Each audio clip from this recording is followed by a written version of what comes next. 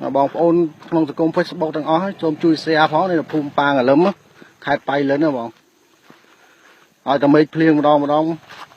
ជាបរិវត្តដែលបានឆ្លងទឹកបានស្រួលទេបងព្រោះអត់តមានស្ពានមានអីសិស្សសាលាឲ្យតែមេឃភ្លៀងបានទៅរៀនទេមើលទឹកលិចម៉ូតូបដា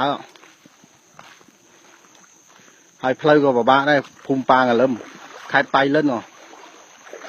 យតែមេឃភ្លៀងម្ដងសិស្សសាលាទាំងអស់ហ្នឹងគឺអត់បានទៅរៀនទេបងហើយស្នើសុំស្ពានសុំអីហ្នឹងក៏មិនដែរឃើញបានធ្វើឲ្យណាឲ្យតែមេឃភ្លៀងឬសូត្រតែធ្វើតែមិនដឹងថ្ងៃណាទេនេះហើយតែម៉ាក់ហ្នឹងកូនខ្មែរអញ្ចឹងបានថាអ្នកចការចេះអសរទេសារអីសារអញ្ចឹងតែមានផ្លូវឲ្យពិបាកធ្វើដំណើរទៀតឡើងទៅលើ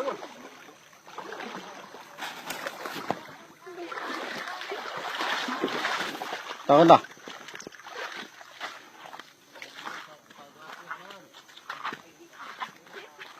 មើលដល់មើលផ្លូវបង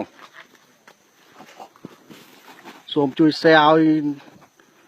ចវាយខេត្តឬចវាយក្រុងឲ្យបានឃើញផងបងមើលបាក់ណាមើលឈរចាំត្រៀបចាំទឹកស្រកអញទៅណាមិនរួចដែរភ្លៀងខ្ញុំក៏ទៅណារួចដែរបងអើយវាយមើលទឹកជួយ share បន្តផងទឹកលិចម៉ូតូបាត់ហើយគ្នារត់ទៅលុយដូរប្រេងម៉ាស៊ីនបានផងគាត់ទៅចូលទឹកម្ដងទៅទិញម្ហូបស៊ីមិនបានផងបងប្អូន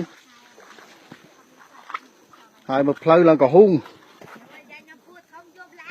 អ្នកពោះធំចិត្តដល់ថ្ងៃឆ្លងទន្លេទៀតឥឡូវរោពេលទៅអត់កើតទៀតហ៊ានឆ្លងទឹកទៅទៀត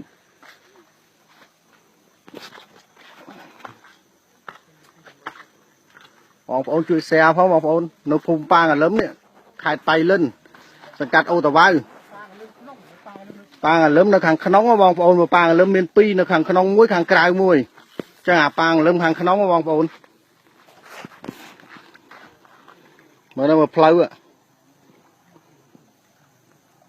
សុំស្នើឲ្យបានស្ពានឬក៏លូអីមកឲ្យបងប្អូនបានឆ្លងស្រួល